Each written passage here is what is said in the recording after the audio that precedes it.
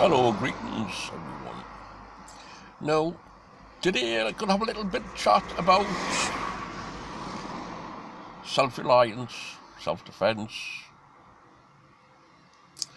Now, a lot of our people don't really do any, um, shall we say, survival training.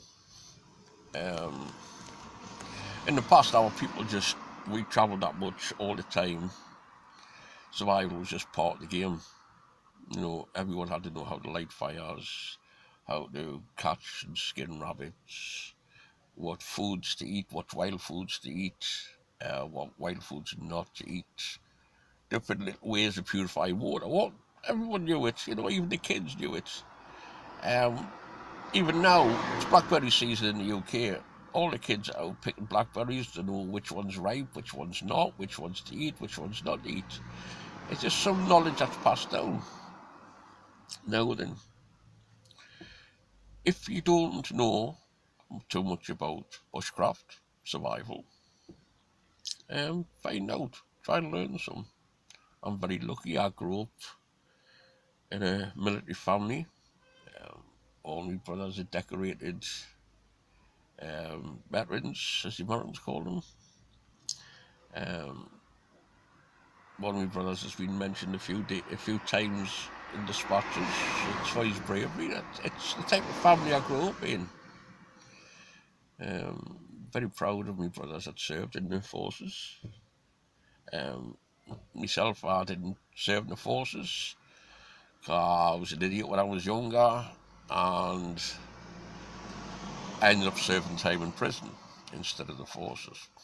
Not very good, but it was an important part of my life because I learned a lot. I learned that you've got to pay for your actions. Whenever you do something, you have to, face up to the consequence of it. It's that simple. And don't moan when you get caught doing something because there's no use. But it helped me because it kept me out of trouble in future because I didn't like the idea of being caged. Um, Prisons in the UK aren't as violent as prisons in America.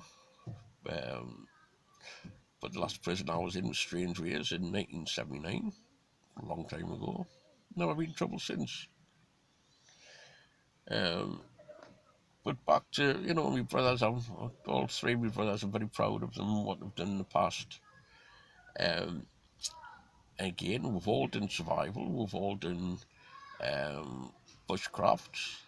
It's just something we did as we grew up. We all knew how to build camps, how to set traps. It was just something, it was just part of our growing up. So if you don't know any of that, drop us a line if you want to see some survival videos and some camping videos. And we'll try and make some. Also, military-wise, I don't know how many is trained with weapons. Personally, I do enjoy weapons and firearms and stuff like that, but in the UK we can't legally own a firearm. There's almost no one in the UK can legally hold a license for a hand pistol, and very few people can hold a license for a rifle. Shotgun's a little bit easier, but if you have prison convictions or the police decide they don't want you to have one, you can't even have a shotgun. You don't have to. You don't have to have a criminal record, any type of record. If the police don't think you're the type of person to have a shotgun, they just tell you can't have one. So, how do we train? Well, simple. Paintball, airsoft, air rifles, train with blank fire and pistols. How do we train combat-wise? Well, there's lots of ways to train. You can train doing airsoft. You can train again doing paintball. You can do what I do. I tend to go off in the woods with other people, other members of my clan or group, and we practice. We try and make it as realistic as possible including traps, actually tracking each other, setting traps, trailing each other, hiding, evading, go camping in the winter because it's quite cold up here. So we still get with military training in.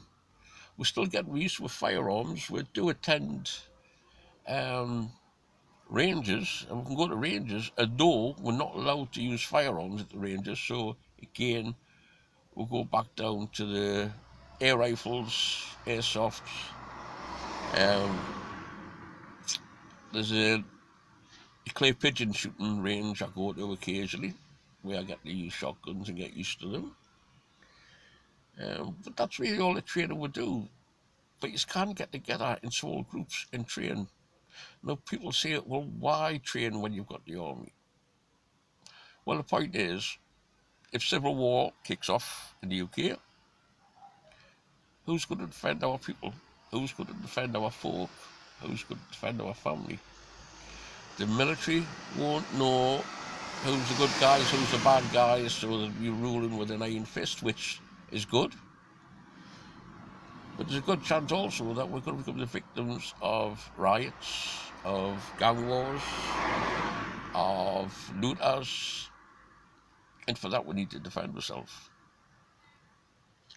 Now, personally, I would like it if something happened, civil war or public unrest because of a disaster. I would see a lot of riots in this country. In case that happened here, I would love somewhere for all of our folk to go, to get away from the big cities. But that's not always acceptable, so just make sure your home is secure. Always prepare for the worst. If you prepare for the worst, whatever happens is going to be better than the worst situation you can think of. So again, it's all about preparation. Now, at the beginning of this lockdown, everyone ran out of toilet roll, hand sanitizer, other essentials, because there's idiots bulk buying. Can you imagine what it'd be like if this riot starts? If civil war starts, how hard it's going to be to get things like basic food. So I stock up on rice.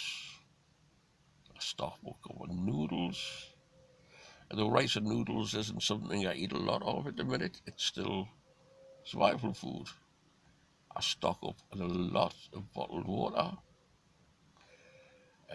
Once a week, I've got like a big, huge 5-gallon container. I change the water, not at least once a week. That's all next to my door, ready to go. I've got a bug-out bag, ready to go. I've got shovels and lots of stuff that it will take me 15 minutes to load up the Land Rover, and I can be out and surviving for quite some time. Now, that's worst case scenario. If I do it, I'll be doing it on my own. If you're in a community, work to defend your community. If there's riots in your area or public unrest in your area, all you have a central point where you all meet. And if it gets too dangerous, all you go to that point and meet there. Unity and strength. Well, let's hope these things don't happen. I mean, we'd never thought we'd see queuing like we have over toilet roll and hand sanitizer. And if it happens again where the virus gets worse or some of that epidemic hits, then we're going to face this again. We never thought we'd face this in the first place, but it's getting worse and worse and worse and worse. We all need to be united in this. I mean, you won't get a more peaceful person than me. I've never been a bad tempered person. I've always been level-headed. And that's what we need to be. We've got no room to hotheads. If you've got hotheads in your group, then, you know, they're going to do things to endanger everyone. If so, try and run it on the military blueprint. You know, you've got to have someone in charge, then you've got to have someone in charge of weapons, someone in charge of food, someone in charge of security. I've done 30 odd years in security, so that's my main, for years that's been my main occupation. I've travelled all over the world, not really going to say where. Some places have been very peaceable. The last time I was away was only 3 years ago. I spent 6 months abroad doing security. I was in charge of security on a base. And yeah, you know, you've got to be organised using the military blueprint. You've got to have your medics. You know, if you do have a village or an encampment, you have to be prepared to defend it. I know it's not a very good subject, this, but, you know, it's got to be worked on. So it's good to think about. Get yourselves organised. If you need any help, any videos, let us know, and I will get you hooked up with some videos on training, survival, and weapons training. Okay? Talk to you all later. Hail to you. Hail there. You're the old father. Toodles. Be safe.